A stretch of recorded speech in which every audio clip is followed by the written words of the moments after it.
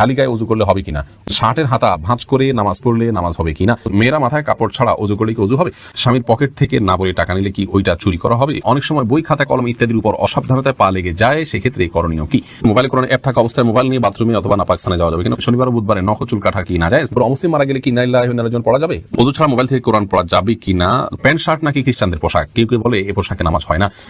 কামরুন নাহার বুলবুলি জানতে চেয়েছেন, অনেক সময় বই খাতা কলম ইত্যাদির উপর অসাবধানতায় পা লেগে যায়, সেক্ষেত্রে করণীয় কি, বই খাতা কলম ইত্যাদির উপর অসাবধানতা বশত যদি পা লেগে যায় তাতে কোনো অসুবিধা নেই, তবে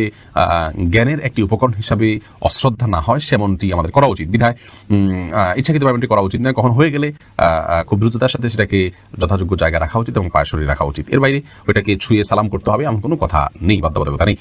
মকবুল জানতে চেয়েছেন, শনিবার ও বুধবারে নখ চুল কাটা কি না যায়, না কোনো দিন এমন নাই যেদিনে চুল কাটা বা নখ কাটা না যায়, কোন হাদিসে কোথাও নিষেধ করা হয়নি। ওযু ছাড়া মোবাইল থেকে কোরআন পড়া যাবে কিনা, লোমু তসলিমা বোন জানতে চেয়েছেন, যাবে, কোনো অসুবিধা নেই। মোবাইলের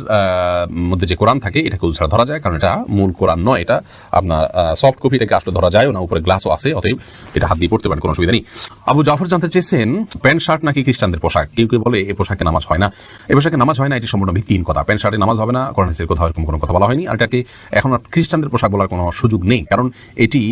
খ্রিস্টানদের কোনো ধর্মীয় আদর্শ থেকে ধর্মীয় বিশ্বাসের বাহক হিসাবে এটি যে আছে এমন নয়, আর দ্বিতীয় হলো যে খ্রিস্টানদেরই একান্ত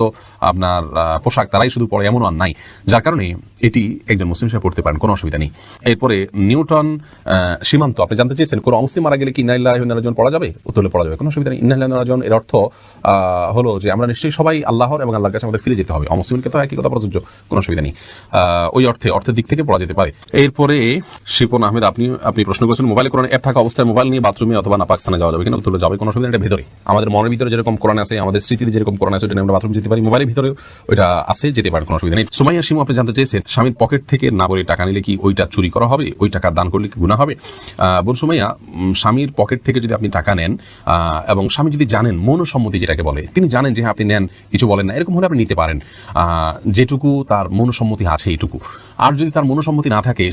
এটা মানে একেবারে নিয়মতান্ত্রিক যেটাকে চুরি বলা হয়, সেটাই যদি হয়, তাহলে সেটা আপনার জন্য জায়েজ হবে না, যদি তিনি আপনার ভরণ পোষণ এবং মৌলিক যে চাহিদা আপনার বা আপনার অধিকার, চাহিদা না, আপনার যে অধিকার আছে সেটা তিনি আদায় করে থাকেন, তাহলে সেক্ষেত্রে আপনি তার পকেট থেকে আর টাকা নিতে পারবেন না, যদি তার সম্মতি না থাকে। আর যদি মৌলিক চাহিদা পূরণ না করে থাকে, তাহলে সেক্ষেত্রে আপনার মৌলিক চাহিদা পূরণের জন্য যেটুকু নেওয়া দরকার সেটুকু আপনি নিতে পারবেন, এর অতিরিক্ত অংশ আপনার জন্য নেওয়া জায়েজ হবে না। এস এম রাফি জানতে চেয়েছেন, শার্টের হাতা ভাঁজ করে নামাজ পড়লে নামাজ হবে কিনা, নামাজ হয়ে যাবে, কিন্তু অনুচিত, হাদিসে নবী সাল্লাল্লাহু আলাইহি ওয়াসাল্লাম নিষেধ করেছেন পোশাক ভাঁজ করে যেন নামাজ পড়া না হয়, এটা মাকরুহ হবে। সাকিবুল হাসান জানতে চেয়েছেন, মেয়েরা মাথায় কাপড় ছাড়া ওযু করলে কি ওযু হবে, মাথায় যদি কাপড় ছাড়া ওযু করেন আপনি, তাহলে সেক্ষেত্রে আপনার ওযু হয়ে যাবে, ওযুর জন্য